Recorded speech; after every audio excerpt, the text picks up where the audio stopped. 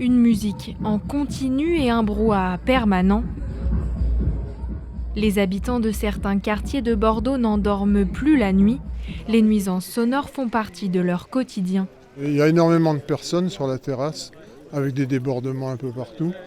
Et ça se continue en allant crescendo avec la vente d'alcool, des hurlements jusqu'à 2 heures du matin, voire plus. Ces riverains veulent en finir avec les nuisances sonores.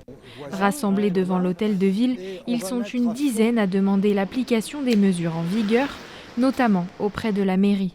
Quand on les informe, il leur faut beaucoup de temps. Ils font plutôt de la médiation que d'appliquer les textes. Quand vous franchissez un feu rouge, on vous sanctionne immédiatement.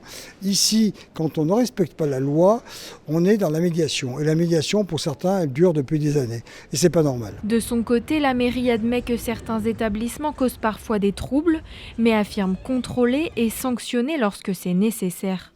Nous allons appliquer un nouveau règlement à partir du 12 janvier 2026 qui nous permettra de répondre à ces enjeux, à l'enjeu de ce qu'est devenu Bordeaux au regard de ces terrasses. Plus de terrasses, une volonté d'avoir une occupation des terrasses plus importante, mais aussi la volonté de préserver la tranquillité des Bordelaises et Bordelais. Et ce règlement, j'en suis sûr, nous permettra d'adresser ce double défi. Les associations annoncent saisir le préfet du département si la situation n'évolue pas.